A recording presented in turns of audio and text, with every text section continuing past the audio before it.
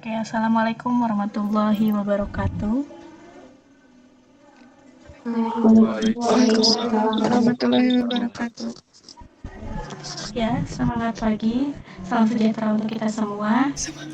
Kami dari kelompok genap teori komunikasi akan menjelaskan beberapa model komunikasi yang dari para ahli. Nah, slide selanjutnya.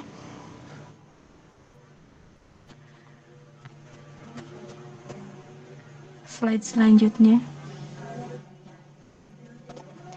Oke, dari kelompok genap ada Lia Valiska, ada Amelia Putri Mawarni, ada Puri Haras Alivia, ada Raden Marjan, ada Muhammad Rizaludin, ada Muhammad Chandra Yuda Rizky, Novia Sriwidia, Tarisa Yuliantini, Fitria Nunik, Gina Salsabila, saya sendiri Reza Nur Syifarindiani, Siti Sarah Salsabila, Silmi Halimatus Syadiah, Tiarno Prasetyo Wicaksono, dan ada Egi Anggara. Seperti yang kita ketahui, komunikasi sangat dibutuhkan untuk interaksi sesama manusia. Oleh karena itu, komunikasi tidak dapat dipisahkan dari kehidupan manusia sehari-hari. Sehingga tanpa adanya komunikasi, kehidupan manusia tidak akan berjalan dengan sempurna. Karena itu, komunikasi memiliki peranan sangat penting. Dibuatlah suatu model komunikasi. Nah, pada presentasi kali ini kami akan menjelaskan beberapa model komunikasi yang didefinisikan oleh para ahli, yaitu model komunikasi Aristoteles dan model komunikasi Scrum. Untuk selanjutnya akan dijelaskan oleh rekan-rekan saya. Akan dimulai oleh Kak Tiano, silakan. Assalamualaikum warahmatullahi wabarakatuh. Waalaikumsalam warahmatullahi Ya, wabarakatuh. tolong slide-nya di next. Yang pertama ada ilmu retorika. Ilmu retorika adalah kemampuan untuk memilih dan menggunakan bahasa dalam situasi tertentu secara efektif untuk mempersuasi orang lain. Mempersuasi maksudnya untuk mengajak orang lain untuk percaya dengan apa yang kita bicarakan. Ilmu retorika. Ilmu retorika awalnya dikembangkan di Yunani yang bersinggungan dengan ilmu seni berbicara. Pengertian retorika sendiri merupakan sebuah teknik bujuk rayu secara persuasi melalui karakter dan emosional seorang komunikator. Yang kedua, mulanya Aristoteles merumuskan tentang retorika melalui dialog yang berjudul Grulos atau yang ditulis oleh Socrates. Secara umum, retorika merupakan seni manipulatif yang mengharapkan timbal balik. Yang ketiga, Aristoteles mengkaji ilmu komunikasi yang dirumuskan dalam komunikasi verbal. Kemudian selanjutnya ada segitiga retorika. Segitiga retorika adalah kunci dari seni dalam berbicara. Formula segitiga retorika adalah metode yang sangat berguna untuk menyusun kalimat-kalimat yang tepat dalam penerapan prinsip persuasi. Pendekatan teori segitiga retorika ini berasal dari zaman Yunani kuno. Aristoteles, sang guru filsafat, menerangkan bahwa model persuasi berdasarkan segitiga retorika terdiri dari etos, logos, dan patos. Etos, logos, dan patos. Yang pertama ada etos. Etos itu simpelnya kayak gini, yang menegakkan kepercayaan pendengar terhadap kompeten. Ketika ada tukang beca terus ngomongin politik, maka omongan dari tukang beca itu kurang dipercaya karena latar belakang si pembicut ingin percaya kalau itu adalah seorang politisi atau orang dari lembaga pemerintahan. Kemudian yang kedua ada logos.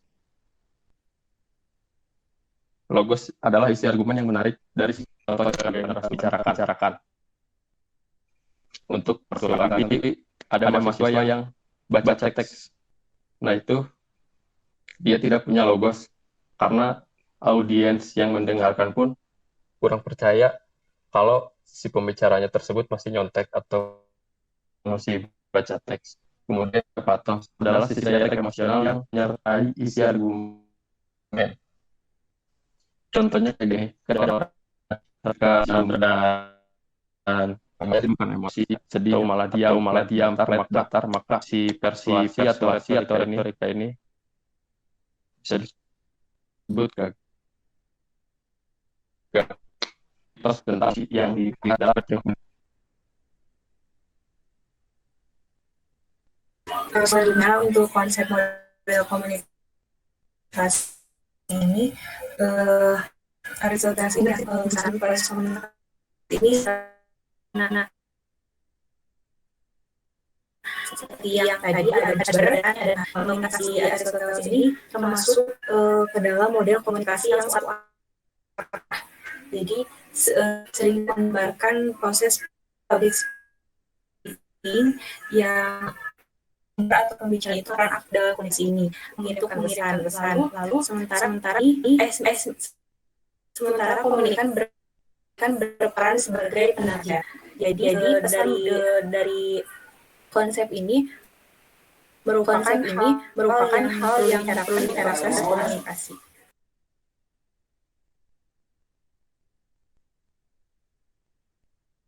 Bisa di next selanjutnya.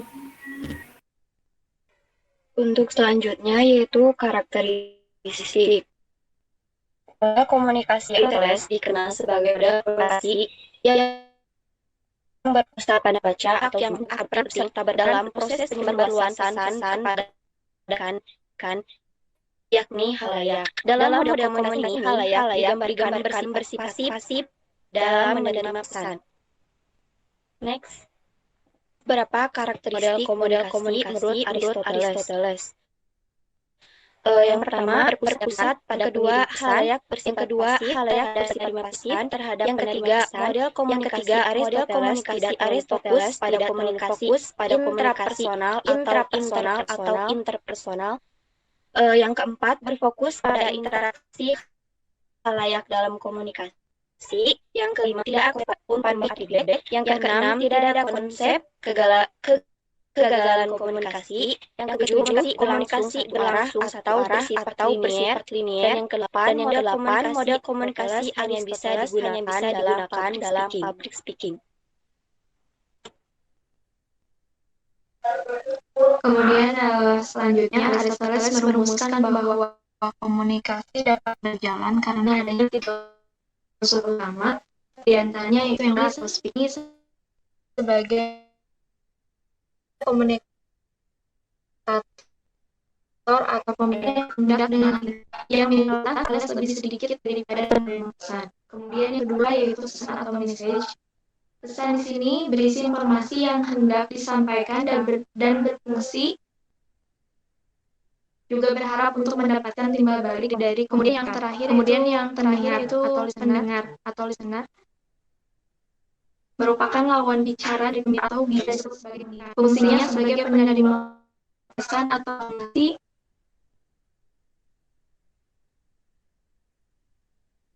sebagai berita atau lebih banyak di perkaranya.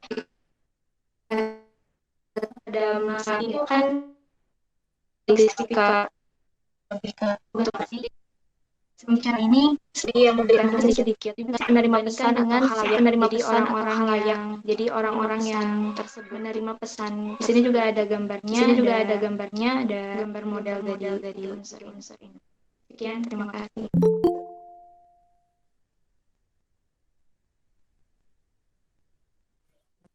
Berikutnya komunikasi Aristoteles.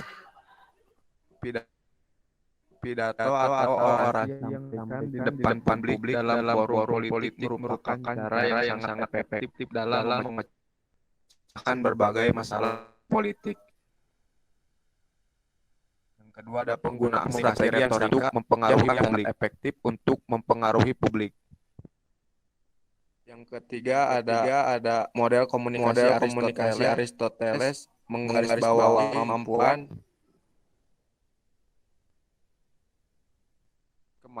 komunikasi untuk mempengaruhi publik secara bahkan menggerakkan mereka untuk segera melakukan aksi atau tindakan.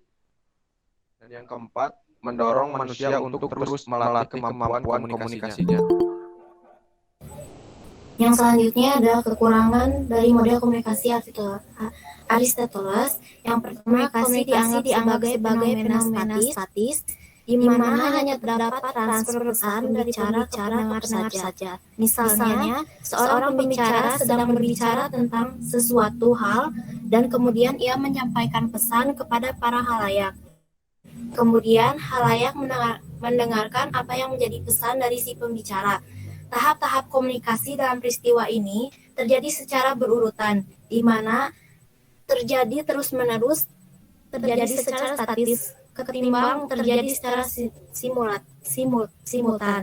Yang kedua, model komunikasi ini memunculkan persepsi yang salah, bahwa kegiatan yang terstruktur yang selalu disengaja, seperti pembicara menyampaikan dan pendengar hanya mendengarkan, tanpa dijelaskan lebih jauh mengenai gangguan yang mungkin terjadi dalam proses penyampaian pesan, efek yang akan terjadi, dan sebagainya.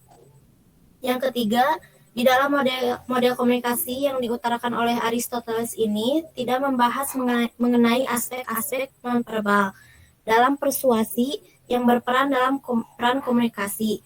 Dengan begitu, kesimpulannya, kelebihan model komunikasi ini yaitu melatih seseorang menjadi pembicara yang baik di hadapan halayak dan merupakan inspirasi bagi para ilmuwan komunikasi lainnya untuk mengembangkan berbagai teori model komunikasi. Sedangkan kelemahannya yaitu dianggap sebagai fenomena statis, memunculkan persepsi yang salah bahwa kegiatan yang terstruktur, yang selalu disengaja, dan tidak membahas mengenai aspek-aspek nonverbal dalam persuasi yang berperan dalam proses komunikasi.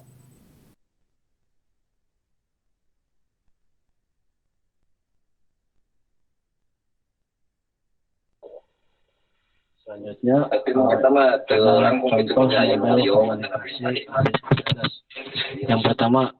contoh yang pertama, seorang ayah yang menasihati anak-anaknya.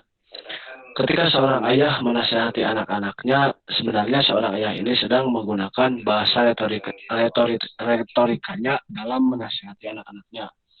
Contoh kedua, seorang dosen yang menerangkan pelajaran ke para mahasiswa. Seorang dosen ini bersifat minoritas yang akan diperhatikan banyak orang yaitu mahasiswa. Sifat minoritas inilah yang membuatnya menjadi pusat perhatian mahasiswanya. Contoh kedua, seorang ketua organisasi yang memimpin rapat. Seorang ketua memiliki sifat pemimpin yang baik sehingga ia dapat dihormati hingga anggota-anggotanya mau mendengar apa yang dibicarakan sang ketua. Terima kasih.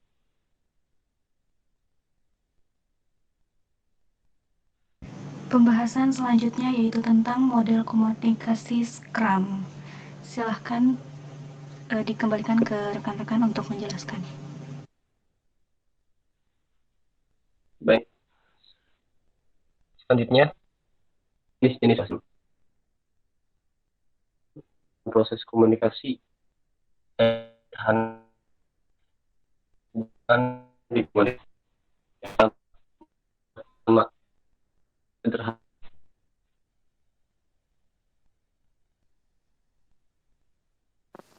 Next, Anda next.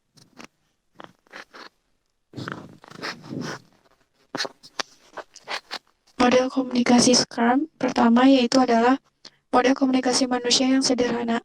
Model komunikasi linear adalah model komunikasi yang sangat sederhana. Model ini menggambarkan komunikasi berlangsung secara satu arah. Arus pesan digambarkan penerima pesan, komunikator ke komunikan. Salah satu karakteristiknya ialah adanya konsep gangguan noise. Berbeda dengan model komunikasi Laswell, Shannon, dan Weaver menggambarkan proses komunikasi secara lebih rinci. Proses komunikasi berlangsung dua arah, baik pengirim pesan atau penerima pesan, serta bisa berganti peran dalam mengirim dan menerima pesan. Pesan dikirimkan setelah proses encoding, karenanya pengirim pesan juga disebut dengan encoder.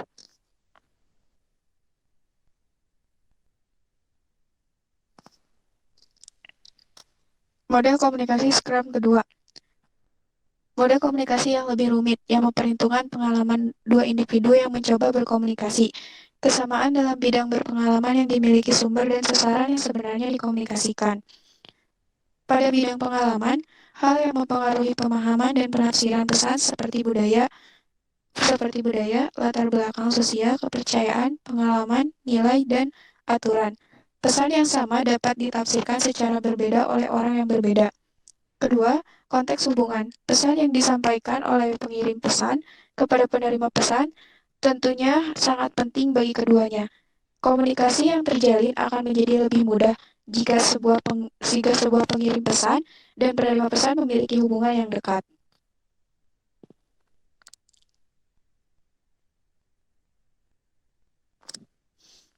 Konteks lingkungan sosial mempengaruhi bidang referensi. Kita akan berperilaku dan berkomunikasi berdasarkan tempat, waktu, alasan, serta latar belakang situasi yang kita hadapi. Terkadang, kita akan berperilaku secara berbeda ketika kita dihadapkan pada berbagai tujuan. Yang selanjutnya, menggunakan metafora. Digunakan mempermudah kita berkomunikasi dengan orang lain. Ketika seseorang menghubungkan dengan suatu hal dengan yang lain, maka akan menjadi lebih mudah dalam menjelaskan dan menafsirkannya. Yang terakhir yaitu model-model mental. Bidang pengalaman seringkali tumpang tindih dengan kondisi mental dan kondisi sosial seseorang. Sebagai contoh, desainer sering mengidentifikasikan mental model pengguna produk perusahaan. Nantinya, mereka harus menerapkannya ke dalam kerangka desain untuk menciptakan produk yang sesuai dengan harapan dan hubungan pengguna dan kebutuhan pengguna.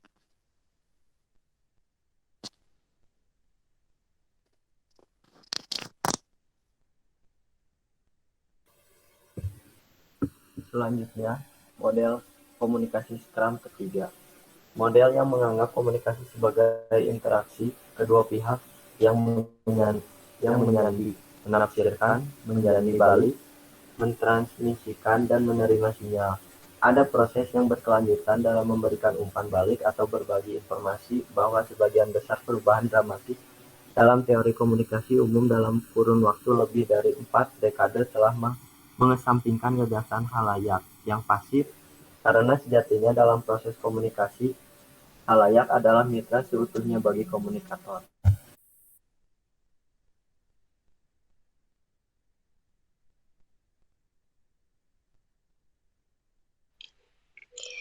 Komponen-komponen model komunikasi Scrum. Yang pertama, pengirim pesan adalah orang yang mengirim pesan. Yang kedua, encoder, orang yang mengkonfirmasi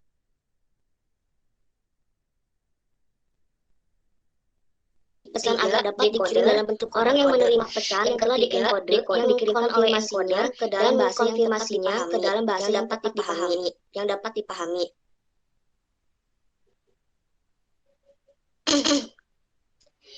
Yang keempat, interpreter adalah orang yang mencoba untuk memahami dan menganalisa pesan. Interpreter dan menerima pesan adalah orang yang sama. Yang kelima, penerima pesan adalah orang yang menerima pesan, yang mengindekode dan menginterpretasikan pesan aktual. Yang keenam, pesan, data yang dikirim oleh pengirim pesan dan informasi yang diterima oleh penerima pesan. Yang ketujuh adalah umpan balik, adalah proses memberi respon atau tanggapan terhadap pesan yang diterima oleh penerima. Yang ketujuh, media, saluran yang digunakan untuk mengirim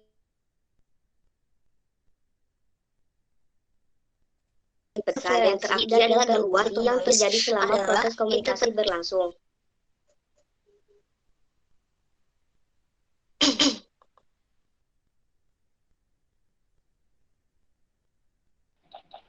Selanjutnya itu cara kerja indikasi Scrum.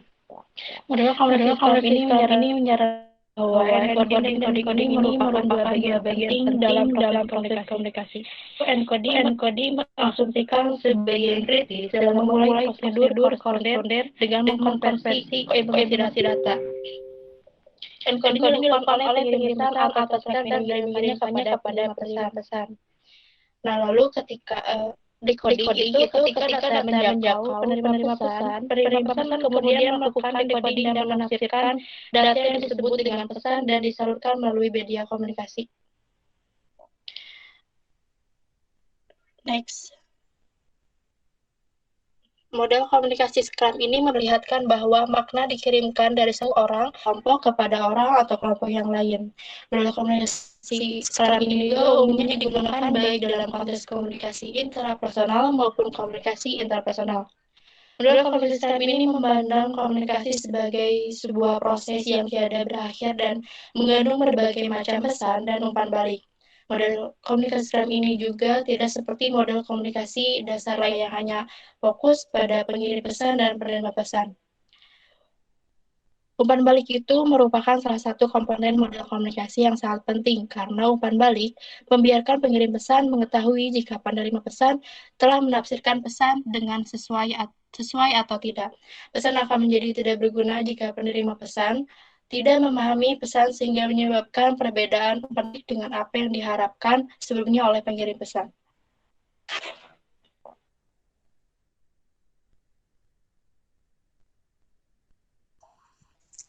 Kelebihan dan kekurangan model komunikasi Scrum. Kelebihan, komunikasi sirkuler memberikan kesempatan bagi kedua belah pihak untuk memberikan pendapat mereka. Model komunikasi Scrum bersifat dinamis dan selalu berubah, sehingga sangat membantu dalam berbagai praktek komunikasi secara umum. Pengirim pesan dan penerima pesan saling bertukar pesan dalam tingkatan yang sama aktifnya. Gangguan sematik merupakan konsep yang membantu pemahaman sebagai permasalahan yang dapat terjadi selama penafsiran pesan. Umpan balik memberikan kemudahan untuk mengetahui apakah pesan yang ditafsirkan oleh penerima sesuai dengan tujuan atau tidak. Konsep interpretasi membuat komunikasi menjadi efektif. Bidang pengalaman atau efek psikologis membantu pemahaman proses komunikasi dalam beberapa cara dibandingkan dengan cara tradisional. Yang terakhir, konsep konteks membuat berbagai faktor lingkungan dapat dimasukkan ke dalam penafsiran pesan dan membawa perubahan dalam nilai pesan. Selanjutnya, yaitu kekurangan. Model komunikasi Scrum tidak dapat digunakan dalam berbagai tingkatan komunikasi dan proses komunikasi yang kompleks. Kedua, pesan yang dikirimkan dan diterima mungkin saja ditafsirkan secara berbeda. Yang terakhir, hanya ada dua sumber yang berkomunikasi. Beberapa sumber membuat proses menjadi lebih kompleks dan model tidak dapat diimplementasikan.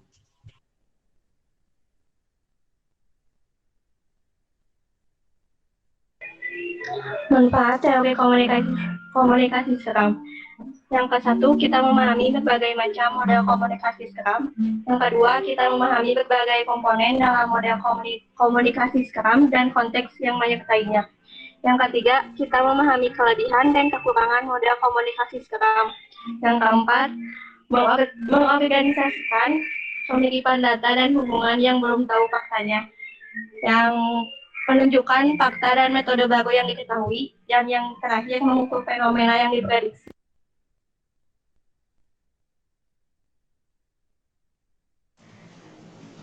Oke, itu tadi penjelasan mengenai model komunikasi Aristoteles dan model komunikasi Scrum. Bagi kelompok lain yang jika ada yang ingin ditanyakan, silahkan. Ingin bertanya. Boleh, silahkan Fitri Nurfadila. Apakah bisa dijelaskan bagaimana contoh model komunikasi Scrum dalam kehidupan sehari-hari? Terima kasih. Oke, terima kasih atas pertanyaannya. Untuk kelompok genap, apakah ingin ditampung dulu pertanyaannya atau langsung dijawab?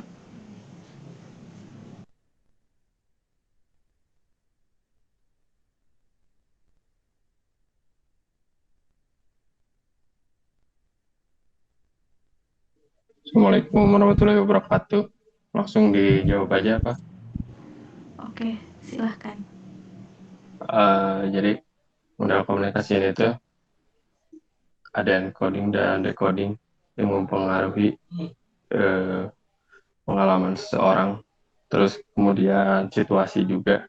Contohnya kayak misalkan ada orang yang teriak bilang api, itu tuh ada dua kemungkinan. Yang pertama mungkin ada orang yang teriak minta tolong karena takut terjadi kebakaran. Terus kemudian yang kedua, ada orang yang malah ngasih korek karena butuh api. Jadi tergantung situasi sama pengalaman. Terima kasih. Baik, terima kasih. Bagaimana Fitri Nurfadilah? Apakah cukup jawabannya? Udah cukup, Ca. Makasih. Ya, siap. Terima kasih. Apakah ada yang ingin ditanyakan kembali?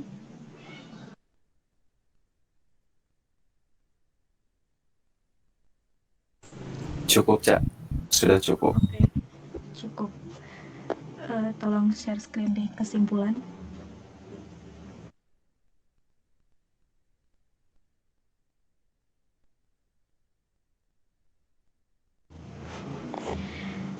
Ya, teman-teman sekalian, manusia selalu membutuhkan manusia lain dalam kehidupannya, sehingga mereka akan dituntut untuk saling bekerja sama dalam kehidupan.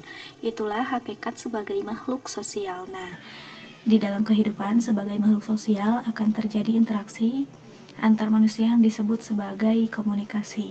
Aristoteles pernah berkata, pada dasarnya manusia merupakan makhluk monodualistis, yang artinya bahwa manusia bukan hanya sebagai makhluk individu, melainkan juga sebagai makhluk sosial. Makhluk sosial merupakan sum politikan, yang berarti manusia dikodratkan untuk hidup bermasyarakat dan berinteraksi satu sama lain. Maka dapat disimpulkan bahwa komunikasi yang efektif adalah bagian utama dalam mencapai tujuan pendidikan. Komunikasi yang sukses dan efektif berasal dari pelaksana proses komunikasi. Orang-orang yang terlibat akan meningkatkan keterampilan komunikasi mereka jika mereka mengikuti proses komunikasi dan tinggal jauh dari hambatan yang berbeda. Telah terbukti bahwa individu yang memahami proses komunikasi akan berkembang menjadi komunikator yang lebih efektif, dan komunikator yang efektif memiliki kesempatan lebih besar untuk menjadi orang yang sukses. Oleh karena itu, kita harus menggunakan model-model komunikasi yang pas dalam berkomunikasi atau berinteraksi dalam kehidupan sehari-hari.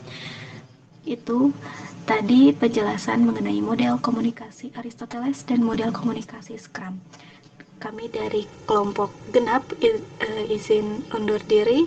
Wassalamualaikum warahmatullahi wabarakatuh. Terima kasih. Waalaikumsalam. Waalaikumsalam warahmatullahi wabarakatuh.